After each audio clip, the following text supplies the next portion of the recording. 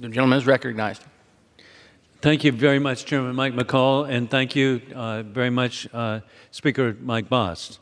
I rise in support of the resolution, quote, ensuring accountability in the Biden-Harris administration, end of quote. Sadly, as a student of history, the Biden-Harris administration failures in Afghanistan, I believe, have been the most catastrophic ever in American foreign policy and national security. 13 Americans murdered at Abbey Gate, and 3 Georgia Army reservists murdered January 28th this year, with dozens of Georgia reservists also suffering permanent traumatic brain injury. Americans left behind, Afghan mothers giving up their babies over the wall so that their children could live in freedom, and patriotic Afghans falling from the planes as the Biden administration deserted the people of Afghanistan. Surrender in Afghanistan, with Afghanistan becoming a safe haven for terrorists, has opened borders for every American family to be at risk of mass murder, as we see dictators who have the ability to now come into our country and the potential of mass murder, as has been warned by the FBI.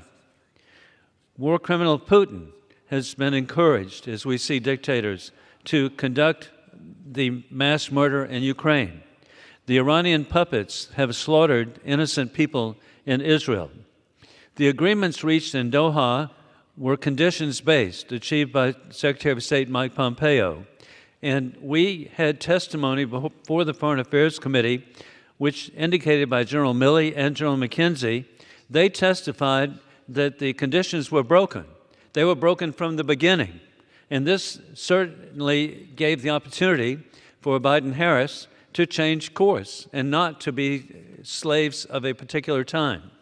President Donald Trump has affirmed over and over, and I've been with him at different events in the past year, where he would have left a contingent of military allies at Bagram Base to deter terrorism worldwide. President Trump would have achieved peace through strength. He would have achieved maintaining the Bagram Base so that we would not have it under the control of Taliban terrorists or the Chinese Communist Party. Additionally, I especially appreciate the success of Afghan veterans keeping America safe for 20 years. With my youngest son, Lieutenant Hunter Wilson, he served in Afghanistan for a year as an Army engineer. I appreciate that so much. And then I'm also grateful that my former National Guard unit, the 218th Mechanized Infantry Brigade of the South Carolina Army National Guard, served for a year in Afghanistan. With the leadership of Adjutant General Bob Livingston, they established what they call a brotherhood with their Afghan brothers. And they have been heartbroken to know, as Chairman Mike McCall has so correctly stated, that by abandoning so many people in Afghanistan, they have been executed. We know and we hear where women can no longer go to school, that they must stay in their homes. What had been achieved of young girls, so when I saw at the USAID programs where young girls were able to go to school, and it was just so inspiring to see this. But now women are being totally subjugated due to the Taliban, and this must stop, and a way to do that is to never have this occur in the future. I urge support of the resolution and yield back.